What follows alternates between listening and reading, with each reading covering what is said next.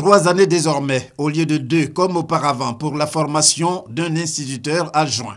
Une décision du gouvernement, c'est le Conseil des ministres ce mercredi qui donne l'information, indiquant que pour 2017, environ 5000 postes sont à pourvoir. Dans le cadre de la politique de scolarisation obligatoire des enfants de 6 à 16 ans, initiée par le gouvernement depuis la rentrée scolaire 2015-2016, le Conseil a décidé de la réouverture du concours d'entrée dans les centres d'animation et de formation pédagogique, donc CAFOP, aux titulaires du BEPC.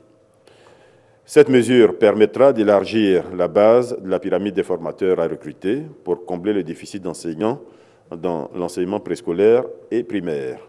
Ainsi, pour la session 2017, il est prévu 5000 postes d'instituteurs adjoints qui seront recrutés à l'issue de l'unique concours direct d'entrée au CAFOP. Pour cette session, le concours sera organisé dans 6 capitales régionales, notamment Abidjan, Abangourou, Gagnoa, Korogo, Mans et Yamoussoukro. Cela pour rapprocher les postulants des centres de composition et ainsi réduire les déplacements et les charges supportées par ces postulants. Il faut indiquer que la durée de la formation est désormais de 3 ans, dont 1 année au CAFOP et 2 années de stage donc, sur le terrain. L'agriculture, toujours au cœur des préoccupations, et l'un des points à l'ordre du jour du Conseil, c'est la régulation ainsi que le contrôle et le suivi des activités des filières EVA et palmiers à huile, point ayant fait l'objet d'un projet de décret au cours de cette réunion du Conseil. La Côte d'Ivoire est 2e producteur africain et 9e producteur mondial d'huile de palme, et dans le même temps, 1er producteur africain et 7e producteur mondial de caoutchouc naturel.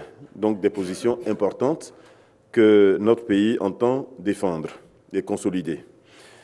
Ce projet de loi vise à améliorer la gouvernance, la productivité et la compétitivité des filières EVA et palmiers à huile, afin de permettre à tous les acteurs de ces secteurs, et particulièrement aux producteurs, de tirer un meilleur profit de leurs activités.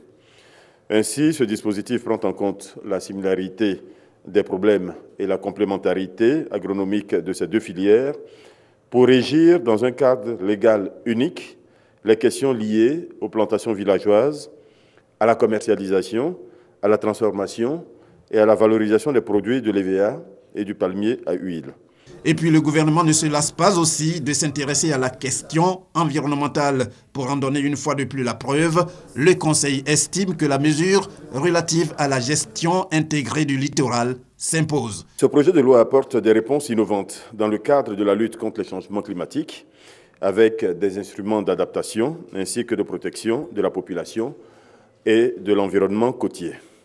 Ce projet de loi institue une gestion intégrée du littoral qui fait intervenir l'État, les collectivités territoriales, les communautés locales, le secteur privé, les organisations de la société civile. Enfin, ce projet de loi prévoit la création d'une agence nationale chargée désormais d'assurer et de coordonner les activités d'aménagement et de gestion du littoral ivoirien. Ce conseil étant l'avant-dernier de l'année 2016, le tout dernier est prévu le mercredi 28 décembre prochain.